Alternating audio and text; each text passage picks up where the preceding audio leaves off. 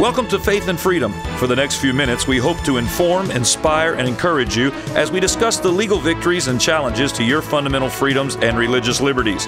Faith and Freedom comes to you from Liberty Counsel, a civil liberties education and legal defense organization.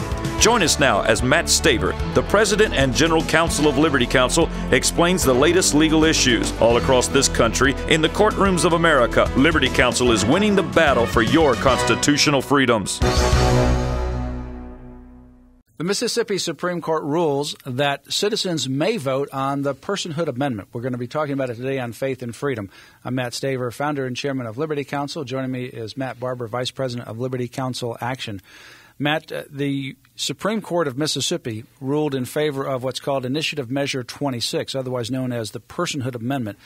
And now voters in Mississippi will be able to vote on November 8th this year about whether or not in their Constitution, protection should be extended to those in the womb from the moment of conception.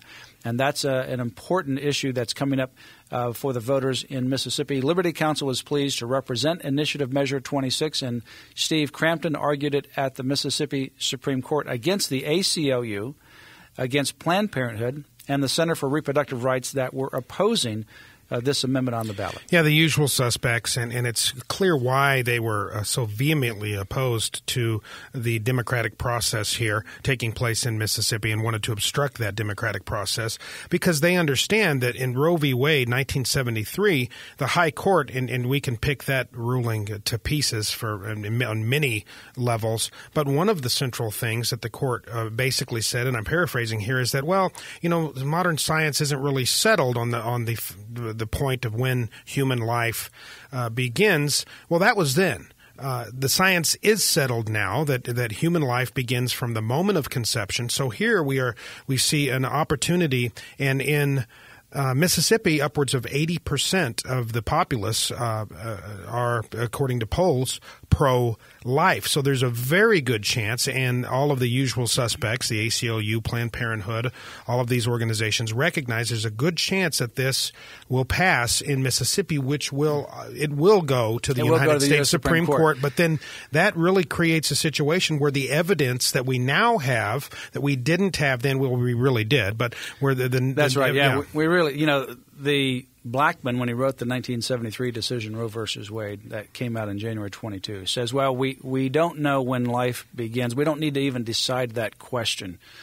The problem with that is, well, we did know when life begins, because in 1965, 8 years before Roe versus Wade, the Life magazine front page, it was the big magazine. They're bigger than they are now, but it was the big Life magazine, had a picture of a baby in the womb. And the main stories were all about from the moment of conception all the way up through the third trimester. The miracle of life is what it was called. And those were in vitro photography before you had ultrasound photographs of amazing clear views of people inside the womb, individual small humans inside the womb. So they knew when life began. And in fact, but they just said, we're going to dodge the question. Well, that is the central question. If you're talking about abortion, and they say, we're not going to have to address that issue, but you're going to take the life of an individual, and we're not going to have to address whether or not that's really a life worth protecting, that is the central issue. And so what this Mississippi Personhood Amendment does is it amends the state constitution to say that a person in the Mississippi Constitution includes one from the moment of conception all the way through natural death. So that is a person. Consequently, you can't deny them of life, liberty, or property without due process of law. And you can't do that by just simply taking abortion through all 9 months of pregnancy for any reason. So that will then set up a clash with the United States Supreme Court. And you know the ACLU, the Planned Parenthood, and the Center for Reproductive Rights trilogy is going to be filing suit once it's passed by the people. And then our next trip will be taking it up through the chain all the way to the United States Supreme Court. Some other good news that stems from this court ruling in Mississippi is that there were a number of other states that were kind of sitting on the sidelines watching the goings-on there in Mississippi to see how the court was going to come down in determining whether or not they want to include personhood amendments on their ballots. I think upward 10 or more additional states are now following suit. So we are looking that I think this can go viral throughout certainly red states, even some purple states, if you will.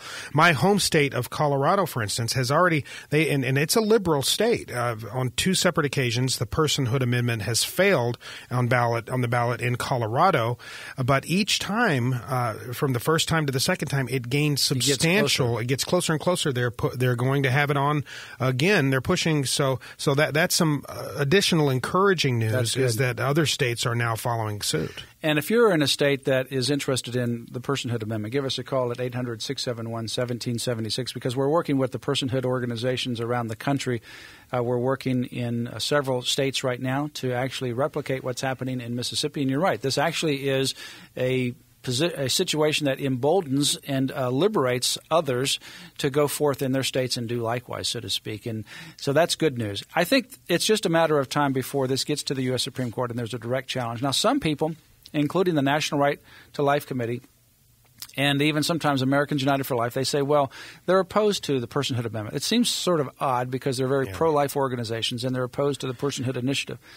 And the reason why they say that they are is because they say, well, there's not enough votes yet at the U.S. Supreme Court. And I say, well, first of all, even if that were true, assuming that were true, how can you get any worse than we are now? We have abortion through all 9 months of pregnancy. How can you get any worse than we are now? You can just sit there and whine about where we are. How can you get any worse than killing children through all 9 months of pregnancy? Secondly, Kennedy, back in 1992, was in the majority, 5-4, to overturn Roe v. Wade in the Casey case.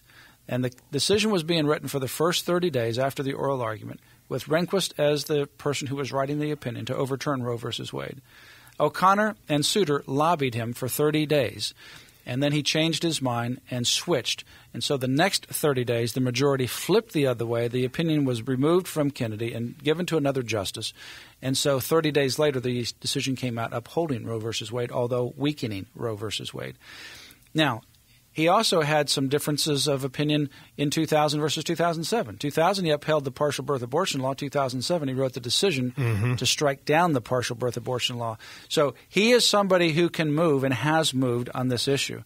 And who knows who will be on the court by the time this gets there. And in this case, I will say I happen to believe in evolution. He seems to be evolving toward the conclusion toward life, and that's a good thing. But this is another teachable moment here for us. This reminds us that elections matter, and we have an election coming up in November of 2012. And if we get a president in office who is a strict constructionist, who is an originalist relative to his view of the Constitution, and is going to appoint originalist judges, there's a very good chance that one, at least, maybe two Supreme Court justices, liberal justices, may be stepping down. This would be a tremendous opportunity. And let's just wind the clock back a little bit. If the election had gone a different way in 2008, you remember we have two new justices on the Supreme Court. They could be constitutionalists. Those justices could have been nominated by someone who could have nominated like a Clarence Thomas, for example, or a Scalia, as an example, who believe in originalism. And if that were the case, Roe versus Wade would already be history. So we were one election away from actually overturning Roe versus Wade. In 1992, we were one vote away. We actually had it overturned for 30 days, but 30 days later, because of the lobbying pressure from two justices who are no longer on the bench, O'Connor and Souter, Kennedy switched his vote. We could have actually had Roe versus Wade gone in 1992. Which would have been, I think, a blessing to change that chapter and ultimately repent from the horrible situation that America has gone down the path of abortion. We're almost there in 2008. We just need to move forward. You're right. Elections do matter, and we need to make sure that this case is prayed up and that people are ready to vote in all levels of office, those who respect the Constitution. And let's remember, centrally here, objectively, we know now the science, the evidence has caught up finally with what we've been saying all along. Life begins at the moment of conception. It's not debatable, and therefore personhood should apply. No question about it. And in fact, it's so uncontrovertible now that those who are supporting abortion no longer talk about when life begins, but they begin to now shift. When should we protect human life? So should it be at 6 months? Should it be at 2 years after birth? And some people are advocating even 2 years after birth that life should be protected only at that moment. Give us a call at Liberty Counsel as we not only work on this case to advance life, liberty, and family, but on many other cases as well. You can go to Liberty Counsel's website at lc.org, lc.org. I'd encourage you to order the book by Ken Blackwell and Ken Klukowski called Resurgent: How Constitutional Conservatism Can Save America. That's the book Resurgent. It's a good book, powerful book to read, especially at this time as we're approaching the elections around the country and around our local areas as well. Resurgent by Ken Blackwell. Go to Liberty Counsel's website. It gives you some information about our Constitution and the constitutional principles that undergird America. Liberty Counsel's website is lc.org. You can ask for the book Insurgent there, order it online, or call 1-800-671-1776. You have been listening to Matt Staver of Liberty Counsel. Our hope is to encourage and inspire you to stand up for your faith, family, and freedoms. We can accomplish a lot when we work together. Get informed and get involved today. Sign up for our free monthly newsletter, The Liberator. We will send it out to you free of charge. Stay informed with our Liberty Alert email update. Just click on the website at www.lc.org or call us at 1-800-671-1776. Tune in next time to learn more about your rights right here on Faith and Freedom.